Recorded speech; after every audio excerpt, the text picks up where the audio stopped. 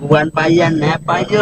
Ratnayක තමයි කිව්වේ යාට ඉඳන් වීඩියෝ කරන්න කියලා මම එපා කිව්වා. ඉතින් එහෙම නැත. එහෙම නෙවෙයි කියන්නේ. අවුරුද්දකට තල්ලි දුන්නු මරා. මට ඥාන ලැබෙන්න දුන්නේ හිරුවකින් කැට.